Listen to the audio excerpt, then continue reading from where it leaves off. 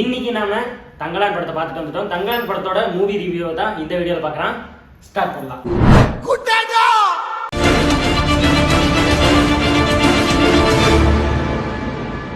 பாரஞ்சித் இயக்கத்தில் உருவான தங்கலான் படம் நம்ம சியான் விக்ரம், பசுபதி, பார்வதி, மாளவிகா மோகன் மற்றும் பலர் நடித்த தங்கலான் படம் எப்படி இருக்கு சம்சு சொல்லுங்க. எனக்கு தங்கலான் படம் ஃபர்ஸ்ட் ஹாஃப் ஃபுல்லாக முடியும் போது ரொம்ப பிடிச்சிருந்துச்சு. படம் பார்க்கறதுக்கு ஒரு மாதிரி ஸ்க்ரீன் பிளே நல்லா இருந்துச்சு, எடிட்டிங் எல்லாமே நல்லா இருந்துச்சு. பட் ஆனால் படம் புரியல. ஓப்பனாக சொல்லணும்னா ஃபர்ஸ்ட் ஹாஃப் முடியும் போது ஒன்றுமே புரியல.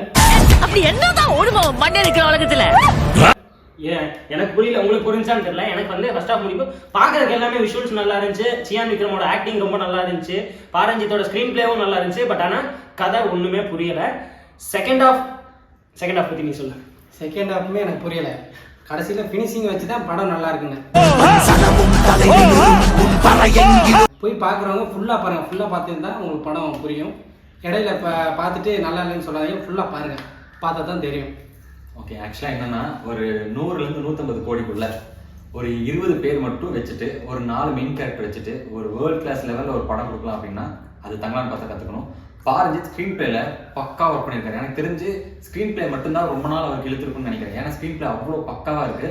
அது ஏன் குழப்பது அப்படின்னா அந்த ஸ்டோரிக்குள்ள அந்த மித்துக்குள்ள நம்மளை கூட்டிட்டு போறதுக்காக அந்த ஸ்டோரி குழப்பி செகண்ட் ஹாஃப்ல தான் புரிய வைக்கிறாரு. அதனால அந்த ஸ்டோரி குழப்பல, கதையே அந்த மாதிரி தான் அமைச்சிருக்காங்க. இது வந்து ஒரு மித்தாலஜிக்கல் ஃபிலிம்ங்கிறனால நிறைய பேருக்கு வந்து டக்குன்னு புரியாது. கொஞ்சம் நல்லா அதை நம்ம புரிஞ்சுக்க பார்த்தா மட்டும்தான் அந்த படம் புரியும். அது வந்து ஸ்க்ரீன் பிளே பக்காவாக கொடுத்துருக்காங்க. அப்புறம் என்னன்னா இதோட மெயின் கேரக்டர் யார் அப்படின்னா விஎஃப்எக்ஸ் டீம் தான். செம்மையாக ஒர்க் பண்ணிருக்காங்க விஎஃப்எக்ஸ் டீம்.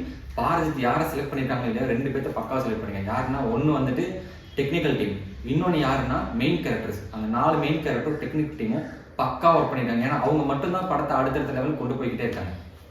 இப்போ அதேமாதிரி மியூசிக்கும் ஜிவி பிரகாஷ் சொல்ல வேணாம், திருச்சி மேஞ்சினாப்பில் பேக்ரவுண்ட் மியூசிக்லாம் வேறு லெவலாக இருந்துச்சு. கிளைமேக்ஸ் சீன் வந்து யாருமே எதிர்பார்க்கல. அதான் அந்த ஃபர்ஸ்ட் ஹாஃப் ஒன்றுமே புரியலன்னு சொன்னோம் பார்த்தீங்களா. ஃபர்ஸ்ட் ஹாஃப் அந்த கிளைமேக்ஸுக்கு முன்னாடி வரைக்கும் அதாவது தியேட்டரில் யாருக்குமே படம் பார்க்கறதுக்கு நல்லா இருக்கு, ஒரு மாதிரி கொண்டு போயிட்டே இருக்கிறாங்க, இன்ட்ரெஸ்டிங்காக தான் இருக்கு. ஆனால் எதுவும் புரியல. கிளைமேக்ஸில் ஒரு சீன் இருக்கு, அந்த சீனை நீங்கள் தியேட்டரில் பார்க்க மிஸ் பண்ணிடாதீங்க. அந்த சீனுக்கு அப்புறம் தான் இது எல்லாமே ஏன் நடந்துச்சு அப்படிங்கிறதே எல்லாருக்குமே புரிய ஆரம்பிச்சிச்சு. கிளைமேக்ஸ் வந்துட்டு ரொம்ப கஷ்டப்பட்டு எடுத்துருக்காங்க. அது நீங்கள் போய் தியேட்டரில் போய் எக்ஸ்பீரியன்ஸ் பண்ணுங்க. ஏன்னா அந்தளவுக்கு நல்லா இருந்துச்சு கிளைமேக்ஸே. எனக்கு ரொம்ப பிடிச்சிருந்துச்சு. அண்டு மாளவிகா மோகனனோட நடிப்பு வந்து நான் எதிர்பார்க்கல இந்த அளவுக்கு இருக்கும்னு. பயங்கரமான கேரக்டர் அவங்களுக்கு சூப்பரா பண்ணியிருக்காங்க. தியேட்டர்ல பார்க்க மிஸ் பண்ணிடாதீங்க இந்த படத்தை. ஏன்னா அவ்வளவு கஷ்டப்பட்டு எடுத்துருக்காங்க. கண்டிப்பா இந்த படம் ஒரு வெற்றி படமா மாறணும். நம்ம தான் தமிழ் ஆடியன்ஸ் தான் இதை ஒரு வெற்றி படமா ஆக்கணும். எல்லா படத்தையும் பார்த்துட்டு நல்லா இல்ல அந்த மாதிரி சொல்ற மாதிரி இந்த படத்தை சொல்லிடக்கூடாது. ஏன்னா அவ்வளவு கஷ்டப்பட்டுக்கிறாங்க இந்த படத்துக்காக. சொல்லுங்க. ஸோ ஆக்சுவலி ஆர்ட் டீம் தான் சொல்லலாம். ஆர்ட் டீம் வந்து செம்மையாக ஒர்க் பண்ணியிருக்காங்க. ஏன்னா அந்த அட்மாஸ்பியர் எப்படி இருக்குன்னா ஒரு பாலைவனத்தில் நடக்கிற கதை மாதிரியும் ரொம்ப வெயிலில் கிடக்கிற மாதிரியும் இருக்கு. ஆனால் என்னன்னா அங்கே இருக்க ஒவ்வொருத்தருமே அங்கே ஒர்க் பண்ணியிருக்காங்க. ஈவன் விக்ரமா இருக்கட்டும், பார்வதியா இருக்கட்டும், அவங்க மட்டுமே அந்த கஷ்டப்படாம அங்கே இருக்க அத்தனை ஆர்டிஸ்டுமே அந்த கஷ்டப்பட்டிருக்காங்க.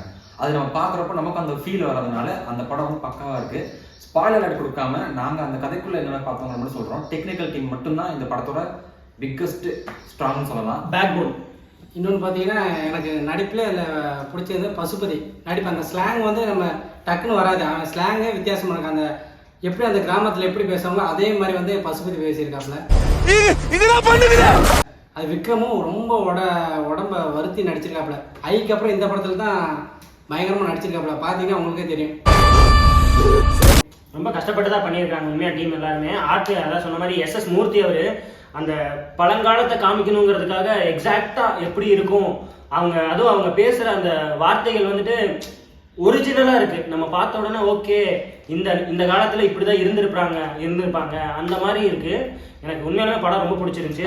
அதுல லைவ் சவுண்ட் யூஸ் பண்ணிருப்பாங்கன்னு நினைக்கிறேன். தோணுச்சு. அந்த ஒரு சீன் வரும்.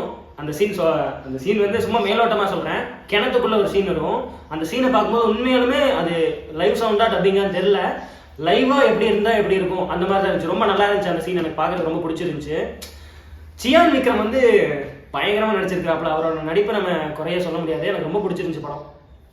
ஓகே, ஆக்சுவலா தியேட்டர்ல படம் பாருங்க எல்லாருமே. தயவு செஞ்சு நெட்ஃப்ளிக்ஸ் ரிலீஸ் பண்ணதுக்கப்புறம் பார்க்கலாம் அப்படின்னு நினைக்கிறேன். இது வந்து டோட்டலாக full and full theatre material. So எல்லாருமே தேட்டர்லேயே பாருங்க, அப்போ தான் அவர் என்ன சொல்ல வராரு, அந்த கதையில் எவ்வளோ கஷ்டப்பட்டுருக்காங்கிறது நமக்கு புரியும். ஏன்னா ஃபோனில் பார்க்கறத விட தேட்டரில் பார்க்கறது இன்னும் கொஞ்சம் எக்ஸ்பீரியன்ஸ் அதிகமாக இருக்கும். டக்குன்னு புரியாது, ஒரு கடைசி வரைக்கும் நீங்கள் பார்த்தா தான் புரியும். நம்ம நினைப்போம் இந்த சீன் வரும், அடுத்து அது வராது. நம்ம என்ன நினைச்சாலும் அது வராதுங்க, நம்மளுக்கே புரியாது.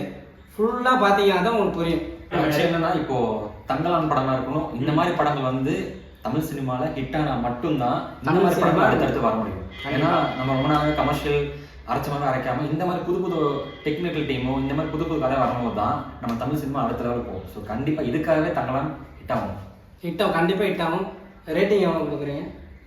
நான் 4.8 கொடுக்குறேன். 5க்கு. நான் 5க்கு 5. நான் வந்து 4.5 கொடுக்குறேன். நல்லா இருந்துச்சு, உண்மையாலுமே படம் நல்லா இருந்துச்சு. எல்லாரும் போய் தியேட்டரில் பாருங்க. டாடா, பாய். அடுத்த வீடியோவில் சந்திக்கிறேன்.